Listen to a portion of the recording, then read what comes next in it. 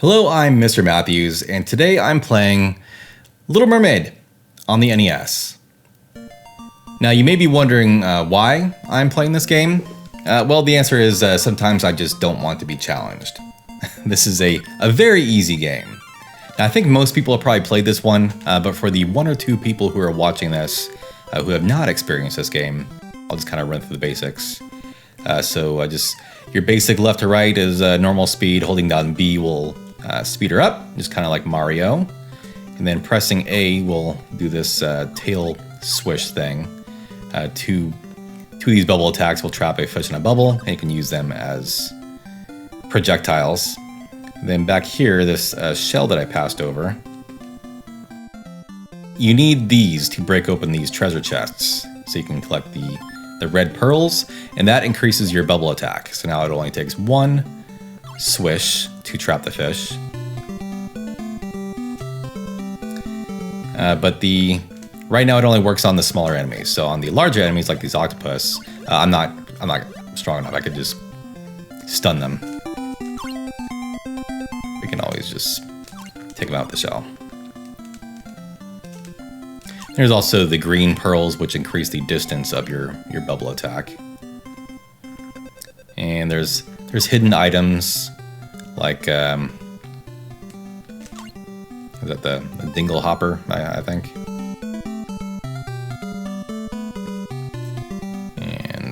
And these little single block alcoves, that's where the secrets are.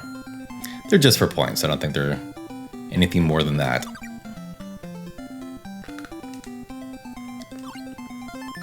There we go. Now this was my sister's game. She got this for Christmas the same year I got my Sega Genesis, I believe. And when I got my Sega Genesis, she inherited my NES. So my parents got her this game because she was obsessed with Little Mermaid, as a lot of kids were. Little Mermaid was a very big deal at the time. Kind of the first blockbuster hit that Disney had in a long time. Now, in the hands of a lesser developer, like maybe High Tech Expressions or TXQ or Beam Software, this could have been a very clunky, super generic game. But this was developed by Capcom, and they actually, despite making it incredibly easy, they did make it still an engaging game with interesting and fun mechanics. Now, I believe my sister was the target demographic for this game. I think she was like a 3 or 4. So they knew that the main people who were going to want this game were going to be little kids. So they definitely scaled the difficulty back to about that skill level. All right, so now my bubble attack is a little stronger, and now I should be able to trap the octopus in a bubble. You can also, I think you saw earlier, knock down these barrels to open the treasure chests. Now, obviously, that's a 1-up. I'm probably just going to skip those. There's not really any danger of losing lives in this game. It is a very toothless game, and yet still fun. I don't think many developers could quite pull that off. Oops. Okay, well that just cost me that shell.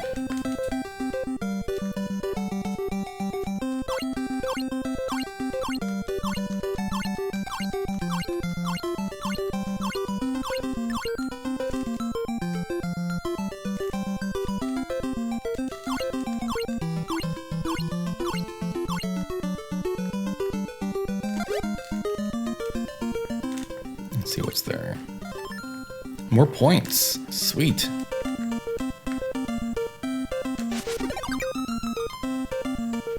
I think I'm pretty much good on the chests now. Alright, this is not necessarily a hard boss fight. It is kind of tedious though. You do have to hit each of the eels 3 times. And they do like to play whack-a-mole with you.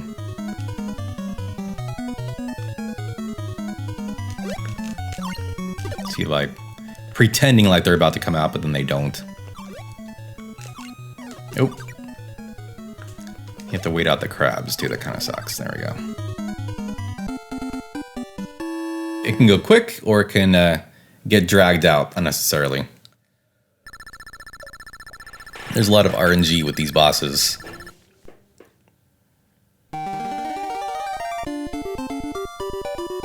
This game does kind of loosely follow the plot of the movie. Now, obviously, there was no ice sequence in the actual movie, so they did take some creative liberties. But I think this takes place roughly between... roughly around the time that she got turned back into a mermaid at the end of the movie.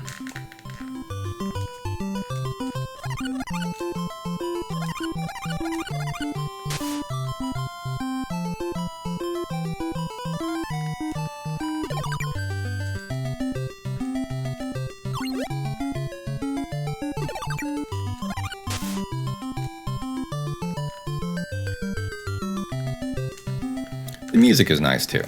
I like that it's original music. They didn't really use a lot of the any of the songs from the movie, except for in the opening and closing screens. Now this boss can also be kind of trolly.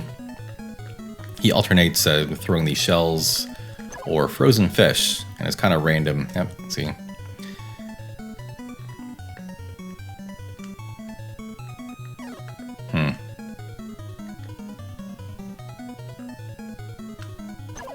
Yeah, sometimes he has a 3 projectile cycle, sometimes it's 4, sometimes it's 5,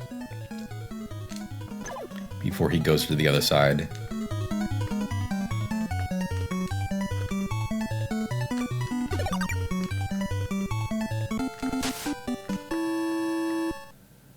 But for the most part, all these bosses are pretty easy, as you would expect, because they got to match up with the rest of the game.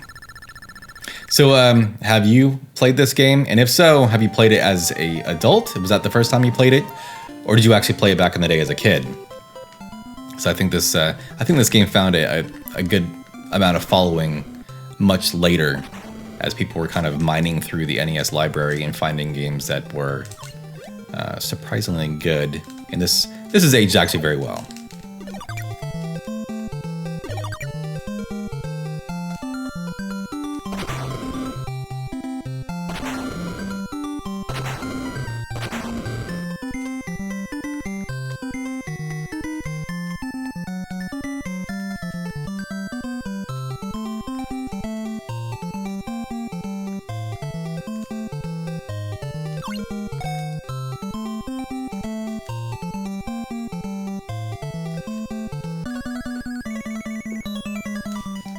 Another one of these slightly harder bosses. Whoop. Mainly because he throws sea urchins at you, which you can't trap in bubbles. There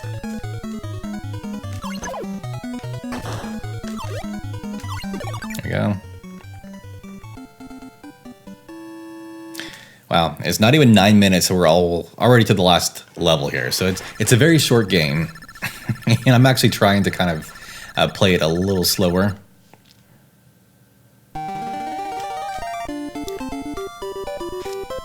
Now this is a door maze level. No one likes those.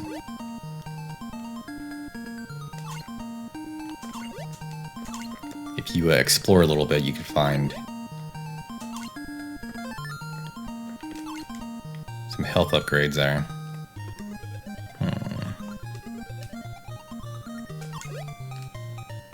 I don't really need it, but maybe there's another heart. There we go. Now I'm all powered up.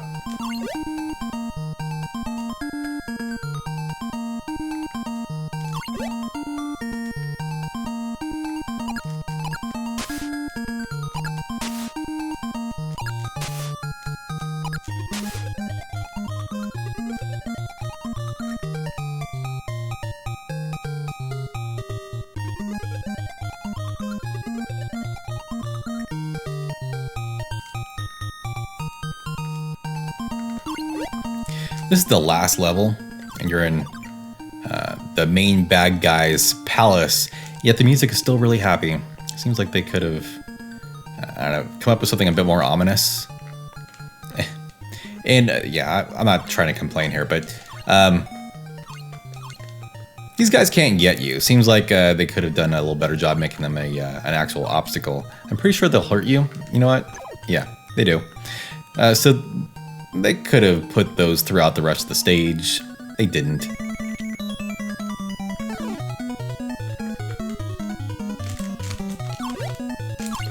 Oh, I think she takes 6 hits.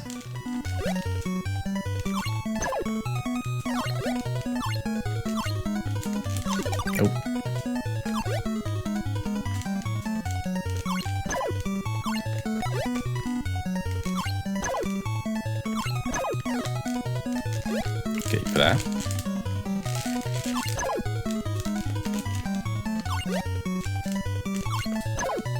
There we go.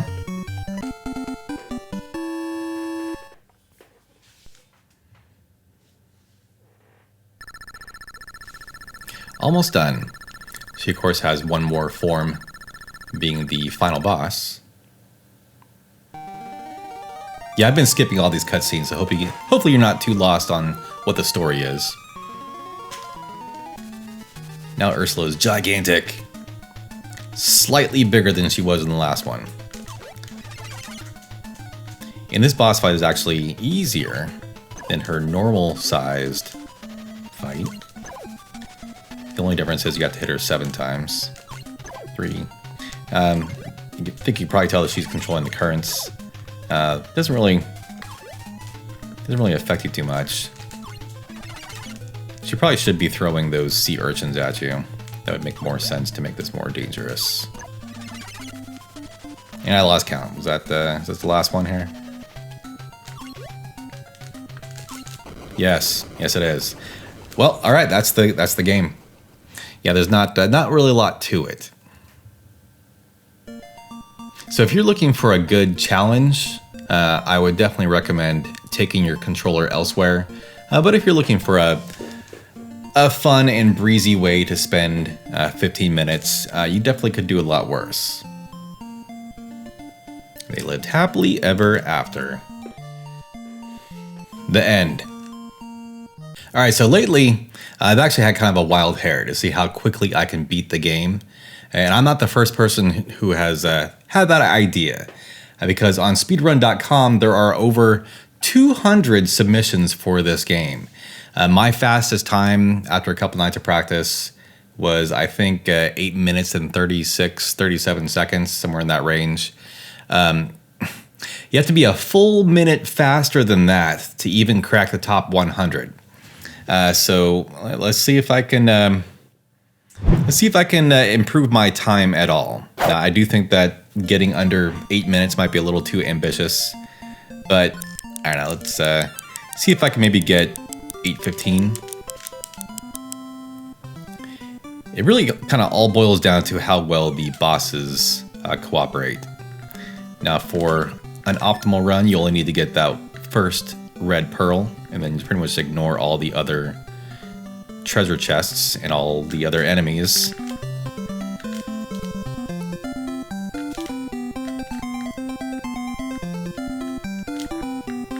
Because stopping to swipe at the enemies, it takes time, and then the more pearls you collect, the more time you spend in the end screen tallying up your points. So basically just make a beeline for the boss and hope that they give you a good pattern. Now this shark here kind of trolls me sometimes. Sometimes he doesn't even throw any fish on this first wave.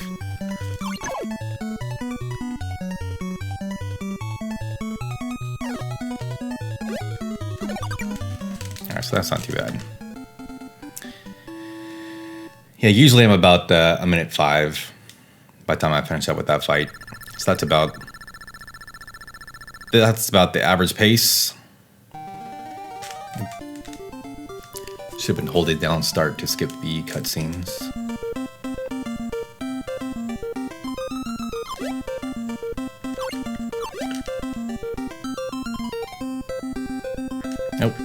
And then trying not to get hung up on the geometry of the level. That's kind of key.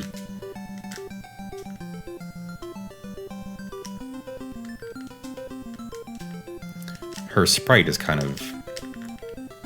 It's kind of tough to tell sometimes where the outlines of her hitbox are. Nope. Oh well. Could have been better.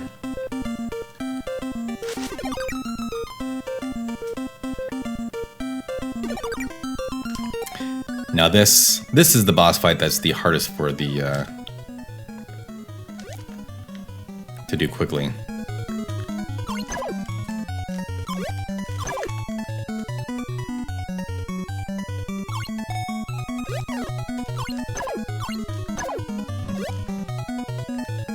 kind of have to be able to use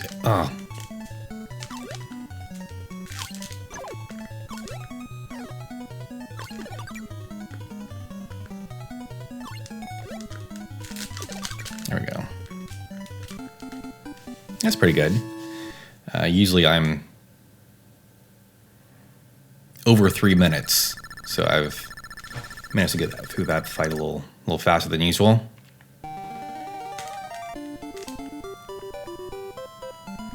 Now let's see if the walrus gives me a good pattern.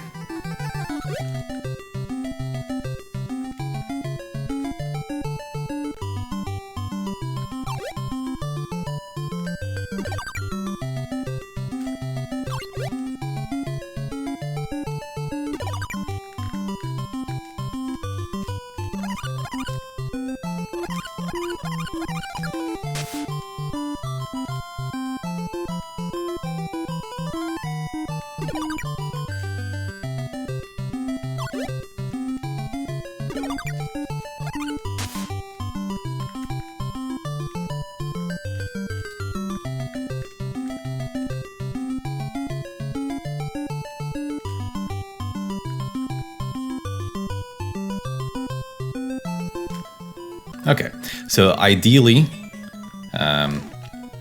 only a 3 or 4 projectile pattern here on this side.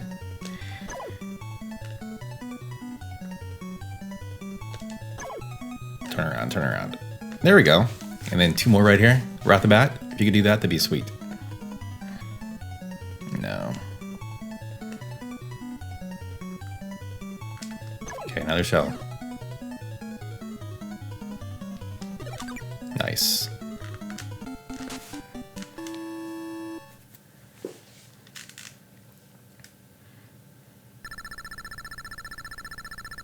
Not a bad pace so far.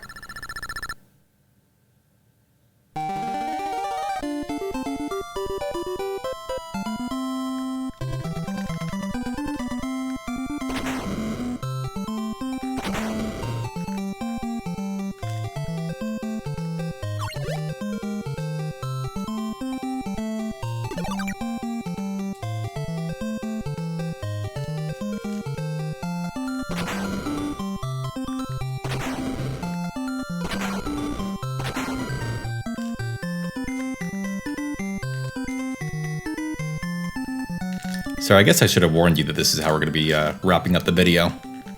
So I don't know how entertaining this is going to be for anyone but me. Ooh, crap. Dilly-dally too much. Okay, so hopefully he gives me a good cycle here also.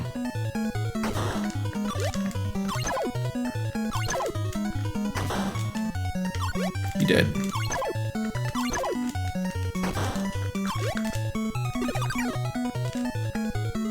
All right.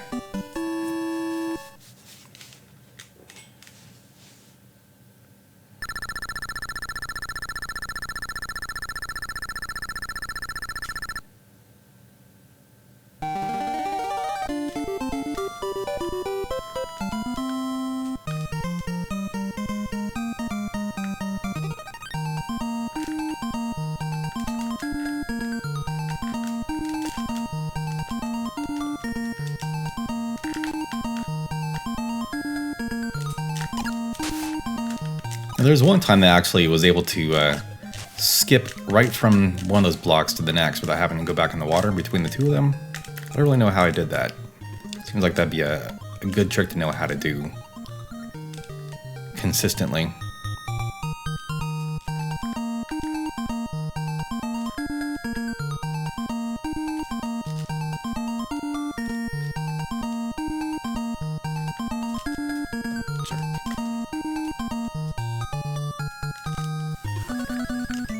All right, let's see if I can be true. No, with my aim. 3.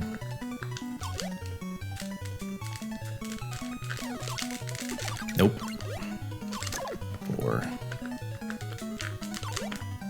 5. 6. All right.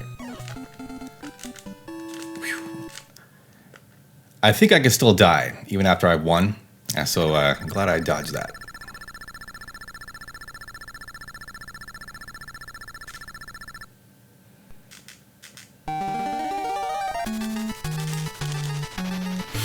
Okay.